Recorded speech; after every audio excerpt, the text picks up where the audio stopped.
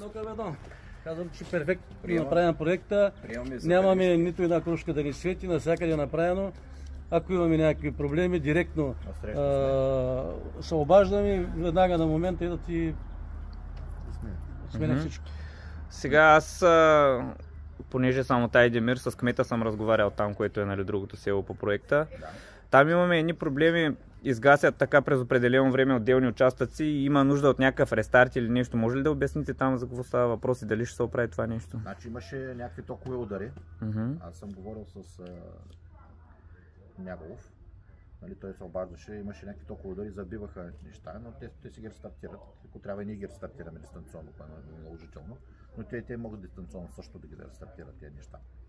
Имаше оплитане на жици, имаше такива неща. Имаше разбито табло. Има едно табло разбито, което в Айдемир. Това е хубавото на тази система, която в момента е изградена, е, че тя е интелигентна система и може всичко да се следи дистанционно. В смисъл, уеб базирана и всичко може да се проследя. При претоварване на системата, кога има претоварване.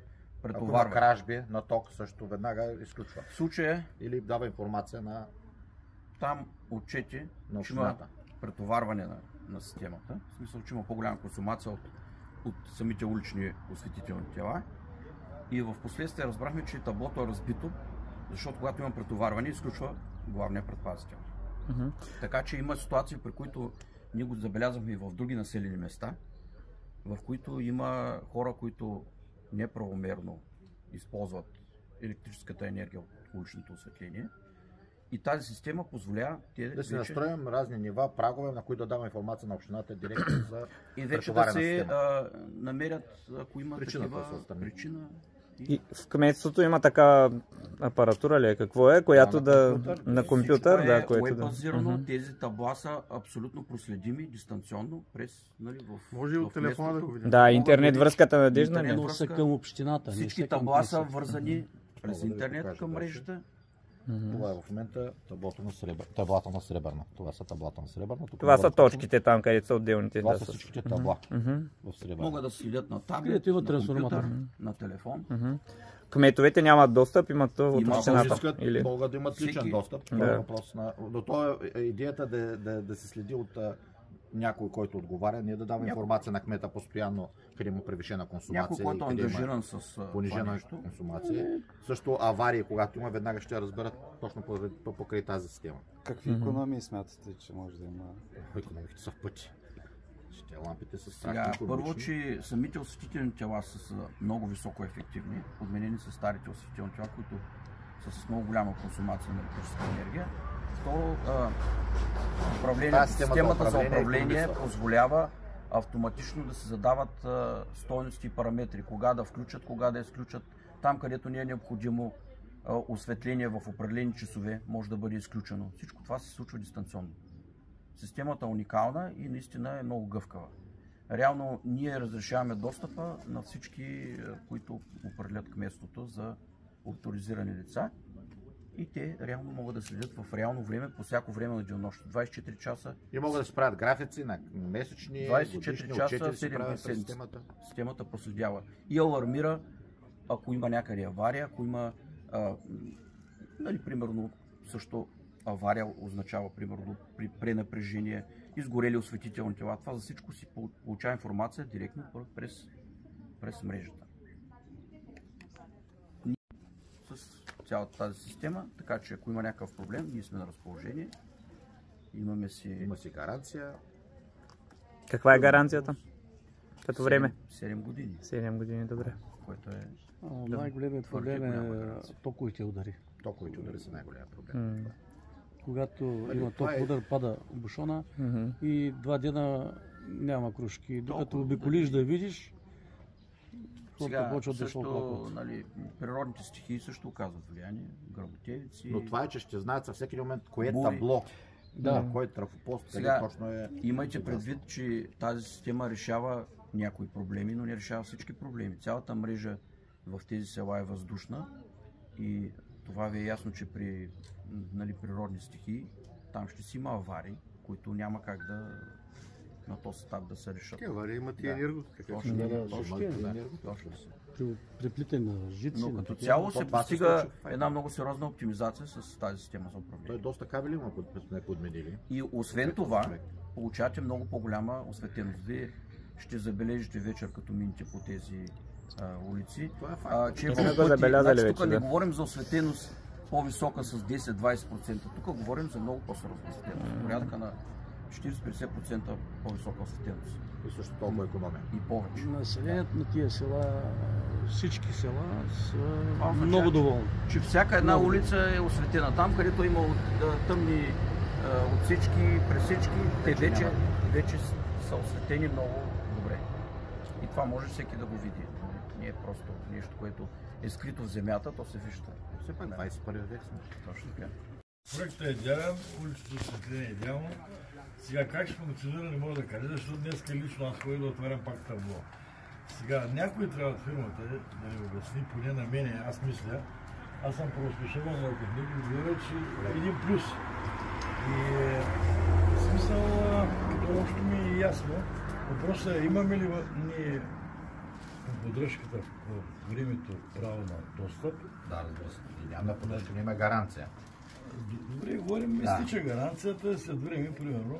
И в гаранцията ви пак трябва да си имате достъп до тези табла, да си имате поддръжка. Защото сега, примерно, защото може да спирате, да пускате. Да, гаранция, сапорт. Но въпреки всичко, някой трябва да ни обясни. Тест, нали, говорим, Wi-Fi така работи, така направено. Системата. Да, значи системата, аз нали, трябва да го обсъдим с управата на общината, кой да има достъп до тази система, защото от гледна точка на безопасност. Да.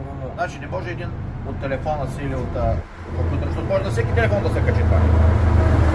Да включи ток или да пуска ток при положение, че някой работи. Може да има хора, които работят в този момент и да имат проблем. Тоест достъпът ще бъде най-вероятно на кметовете на населените места, те ще имат достъпът, който съм предоставил е на Стоян Нягов.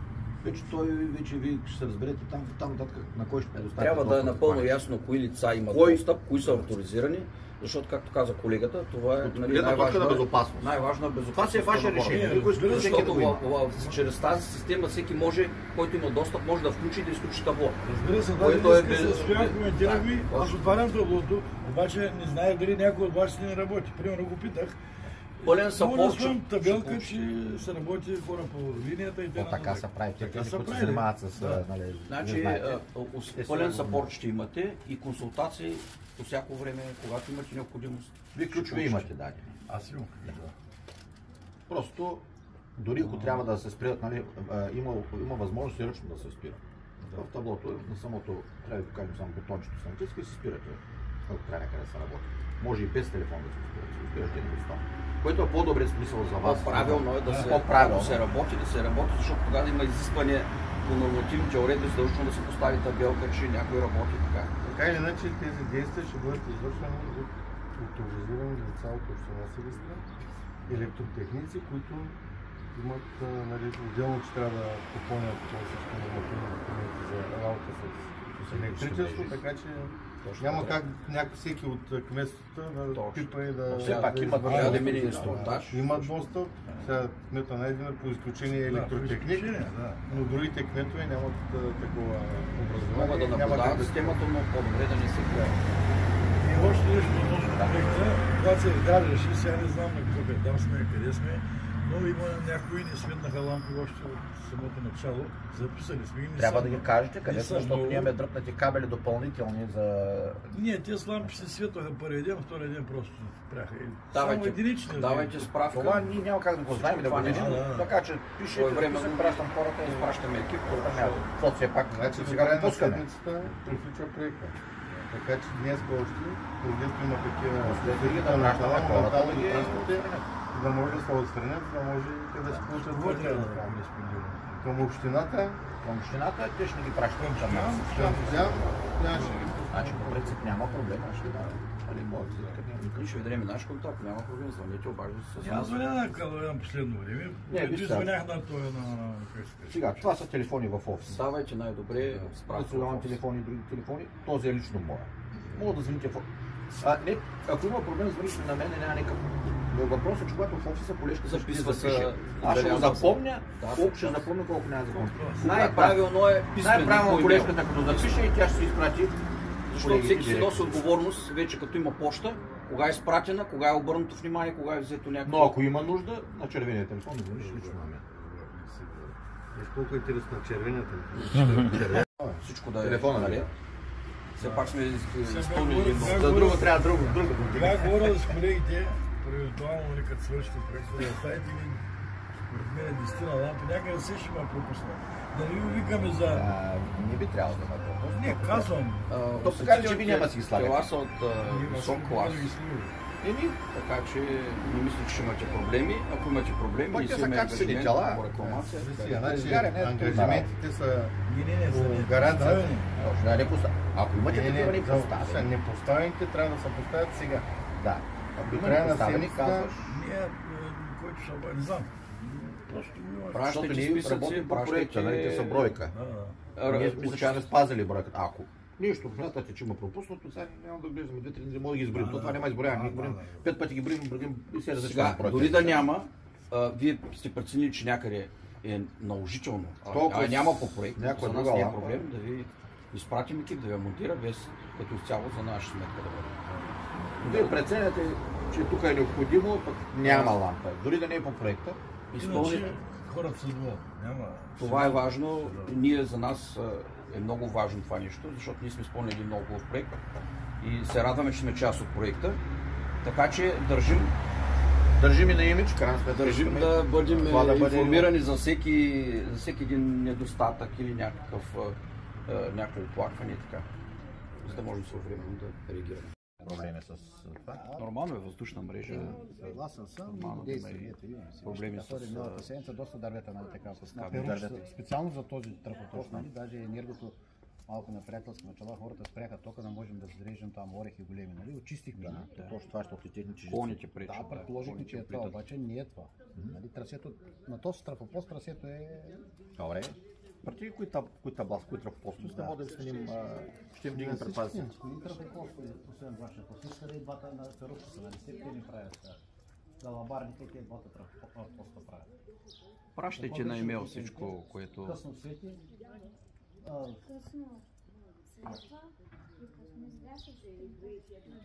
По-късно света, по-късно гаса. Окей, това не е проблем. Това Не е проблем. системата не е то, това е хубавото на тази система. Тя позволява да си... другите трима кмета той каза. Подавайте своевременно сигнал, като има, веднага се пуска до мене, аз пускам до Стоян Нягов, който е енергетика на общината и той го тръгва. Те като постигне при нас информацията, ние вече... Той ще може тия граници ще ги прави и той. Точно. Не е имало проблем. Сега, нали, чувам се, нали, с тях, те са ми казали, че могат да звънят, нали, че, нали, Абсолютно не е имало. разположение. Отстраняват се на момента нещата, но просто... Няма, не е много. Ако можем да ги избегнем, да ги улегнат няма. нещата малко, нали, където има тези проблеми. Как ще ми звъните? Нали, затова казвам, че, нали, има един период, който да се нагласят нещата, за да можем Да си намерят мястото. да се намерят. А по отношение на графика там за светване, огасване, Това е най-лесно. там системата е уникално гъвкава. Там може каквото пожелаете така да му зададете. Включване, изключване, може някои улици, които не са... До тези проблеми им по-ма притесняват, нали, да видим къде е претоварна таблата, да видим малко мощност на предпазителите да ги Ами сменим. аз не знам на това табло какво му направиха, няма проблемите на Ново Петрово. Трафопост. Нали, бяха казали, че нещо стана в авария. Ами, Ваня, тя беше разбито ключалката. Там ако нещо. Там отстраниха, няма проблем. Там, където се опитват да се вържат незаконно. Да, се чудят, че още имат такива неща. Ами има. Повярвайте, по други Все пак населени места, взимаме където изпълняваме. В Белослав сменихме няколко подземни трасета. Тук при вас нещата дори са... 11 киловата падна консумация, няколко кабелки сменихме подземни. Имайте предвид, че най-лесно се краде Много хитро се закачат. най-лесно се краде от улично осветление. Защото енергото нямат груби. първо, че е Той вечерта. не го записвайте. Давайте така Да даваме идея, но не, те нека да запише, че тази система вече позволява да се откриват тези вече нерегламентирани включвания. Така че хубаво е всички да знаят, които в момента не правят някакви такива, нали, включвания, че те лесно ще се открият тези хора. Ще понесат отговорност, да. Ще се понесат отговорност по законния ред. Така че добре, кой каквото е правил до сега и имал някакви. В община Силистра Калипетрово, бяхме в Айдемир, в село Ветрен, в село Сребърна. Това е етап 1 от уличното осветление. По него има 65 броя нови табла и 4217 нови осветителни тела, които са заменени старите. Надяваме се първо на ефективността да се подобри с тези нови осветителни тела и да намалее консумацията на електроенергия. Това е заложено, това е основната цел на проекта. От тук насетне искам да кажа, че каквото има, както знаем, в Айдемир имаше проблеми с някои от таблата, които в цяла улица всъщност не свети. Има такъв подобен случай в Калипетрово, ще бъдат заменени предпазителите, за да не може от всеки толкова удар, малък или голям, да се случват такива неща. В тази връзка, тъй като този проект приключва, всички кметове вече са уведомени, както и видяхте, сме уведомили всички кметове, когато ходихме на обиколката, да информират своевременно в рамките на деня и утре, за да може изпълнителите, които се намират до нас, да си отстранят повреди или забележките, които имат към тях, и за да може до края на седмицата всъщност да приключим този проект. И използвам момента, че има и журналисти, да кажа, че от понеделника започваме и втория етап на рехабилитация и модернизация на уличното осветление, което включват селата Брадвари, Професор Реширково, село Йорданово и полковник Мамбриново. В тези 5 села ще бъде направен подобен проект, т.е. същото, само че етап 2. Като цените са същите, а бройките ще бъдат всъщност толкова, колкото е нужно селата да бъдат осветени. Изговорено е с управляващия орган, така че мисля всичко, тъй като и двата проекта са финансирани от плана за възстановяване и устойчивост. Втория е на стойност 572 108 лева с ДДС. Първия, който завършва тази седмица, е на стойност 1 милион 261 074 лева. Благодаря на всички. Надявам се жителите, както видяхме, навсякъде са доволни. Надявам се на следващите села също да останат доволни жителите на община Силистра.